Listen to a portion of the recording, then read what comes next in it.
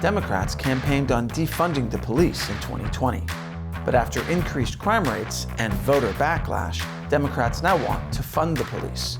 But will it be enough?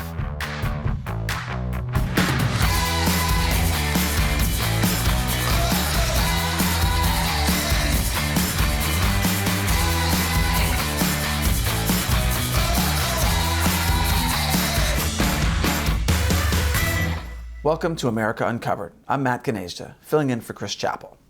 Democrats have a lot to worry about for the upcoming midterm elections. President Biden is performing poorly in the polls. For comparison, he's doing about the same as Donald Trump was during this point in his presidency, which is not great news for Democrats. Even though Biden won't be up for re-election this year, Congress will be, and his approval rating reflects how voters feel about Democrats in general. One of the biggest issues for voters this year is crime. Homicide rates in particular have soared nationwide. Is it because Democrats are weak on crime? Or is it because we're all angry about being stuck at home for the past 2 years, doing endless Zoom meetings, and if I have to watch Jerry eat another bag of flaming hot Cheetos on screen, I'm gonna freaking kill him? Anyway, the most important thing about rising crime rates is, who do we blame? This is America. Republicans blame Democrats for soaring crime. Democrats want to prove Republicans wrong. How? By making it clear that they are tough on crime, which is a big shift from Democrats' position just 2 years ago. Back in 2020, Democrats wanted to move away from a tough on crime approach by reducing punishments and incarcerations. And following the death of George Floyd and advocacy by the Black Lives Matter movement, many Democrats also wanted to defund the police. We will be moving funding from the NYPD to youth initiatives and social services. We are going to reduce funding in the police department and redirect that money. We propose to redirect over $7 million from the police bureau. Yes, I support the defund movement, including some prominent Democrats. We cannot settle for anything less than transformative structural change. Some even called for completely dismantling the police. Not only do we need to disinvest in police, but we need to completely dismantle the Minneapolis Police Department. Meanwhile, President Biden, after he was elected, was like, yeah, let's not do that. Same with House Speaker Nancy Pelosi. That is not the position of the Democratic Party. What most Democrats wanted was to prevent police brutality and unfair treatment of minorities. They wanted criminal justice reform, and they wanted to redirect funds from the police to social service programs. But even that position changed when violent crime surged. Now, Democrats look to shake off the defund the police slogan, and they're retreating on crime and police reform. I'll explain after the break. Welcome back. Republicans blame Democrats for higher crime. True or not, Democrats feel they have to prove them wrong. Because at this rate, Republicans might take control of Congress after the 2022 midterm elections. The polls show that being pro-police gets votes. According to NBC News, people are far more likely to vote for a candidate who supports funding the police. That's because a majority of Americans support funding the police. In fact, a recent Minneapolis poll asked if the city should reduce the size of its police force. Most voters said no, and black voters said no much more than white voters. Defund the police, a movement embraced by Democrats just 2 years ago, now sounds more like a liability. Former President Barack Obama warned this would happen. I guess you can use a snappy slogan like defund the police, but you know you've lost a big audience the minute you say it, which makes it a lot less likely that you're actually going to get the changes you want done. The Democratic Congressional Campaign Committee agrees. In its presentation to party officials and operatives, the committee recommended that Democrats rebut attacks coming from Republicans. When faced with a defund the police attack, for instance, the presenters encouraged Democrats to reiterate their support for police, which works since the average American has a political memory of about 5 seconds.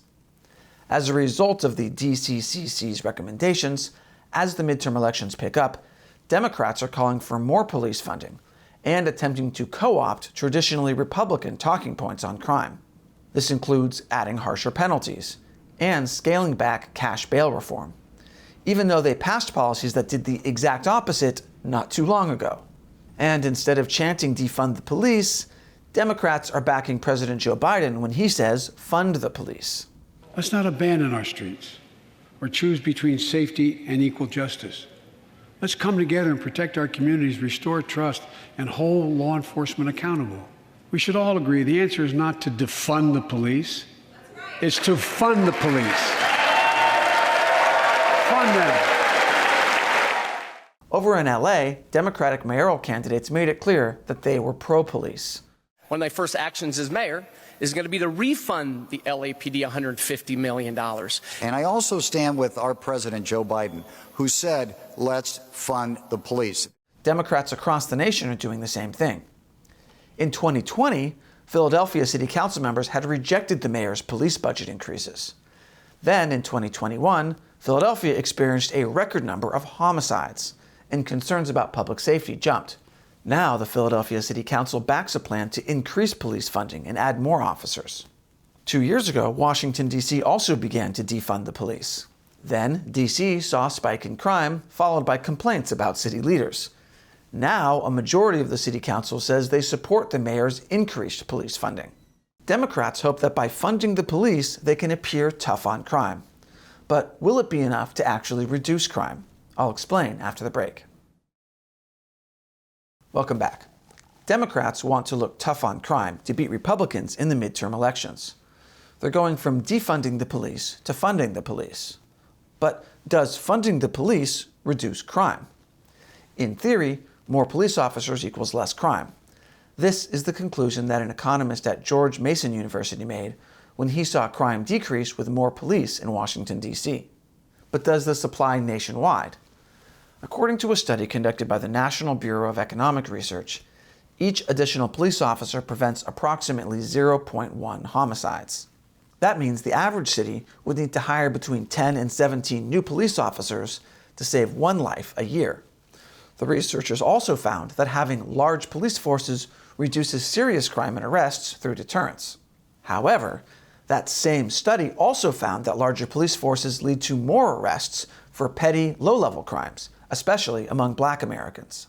And having more police doesn't necessarily mean crime will go down. Anomalies do happen because there are a lot of factors that affect crime. According to researchers, having more police officers in cities with the largest Black populations doesn't reduce homicides. So, the question is it a good use of our money to increase funding for the police? Some argue that providing money to put more cops on the beat is a proven and cost-effective means of bringing crime down. The argument is that by having more police, you can deter more crime, and that means you have to spend less on the justice system and prisons. But both the left and right point out that more money doesn't actually guarantee less crime, which was why Democrats argued for more funding for social services and education. Those things, in theory, also might reduce crime. But with crime on the rise now, in an election year, a lot of Democrats say the solution they need now is more funding for the police. Defund the police just didn't work. So what do you think? Let us know in the comments below. And we could not make the show without the support of viewers like you. You can help us keep the show going by supporting us on Patreon or Locals. The links to both are in the description below. Once again, I'm Matt Gnezda. Thank you for watching America Uncovered.